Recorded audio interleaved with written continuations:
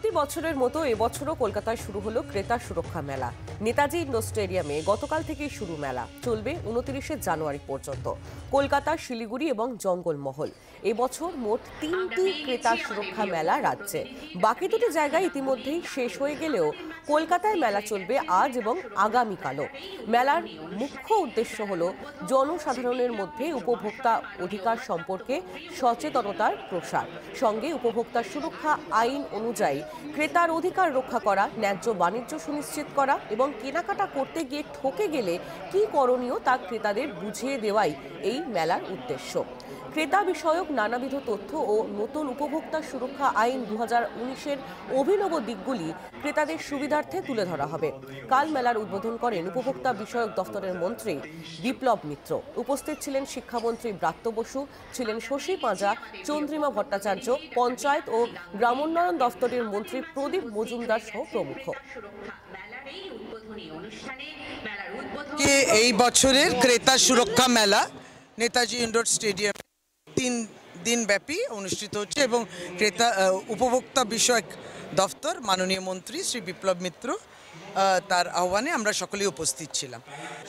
প্রথমত যে একটা ক্রেতা তার অধিকার রয়েছে, তার দাবি দেওয়ার রয়েছে, তার ক্ষোভ রয়েছে।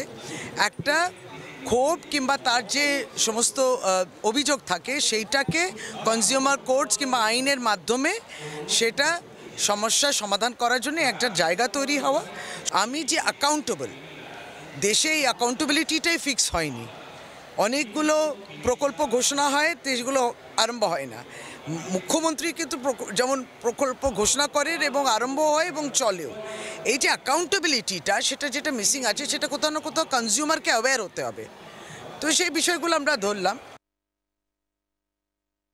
ক্রেতা সুরক্ষা মেলায় আসতে পেরে আমার খুব ভালো লাগছে। মাননীয় মুখ্যমন্ত্রী আপনারা জানেন যে মূল অর্থনীতির যে মূল যে চালিকা শক্তি তা মানে খানিকটা বিমূর্ত, মানে ক্রেতা এবং বিক্রেতার পারস্পরিক বিশ্বাস এবং আস্থা।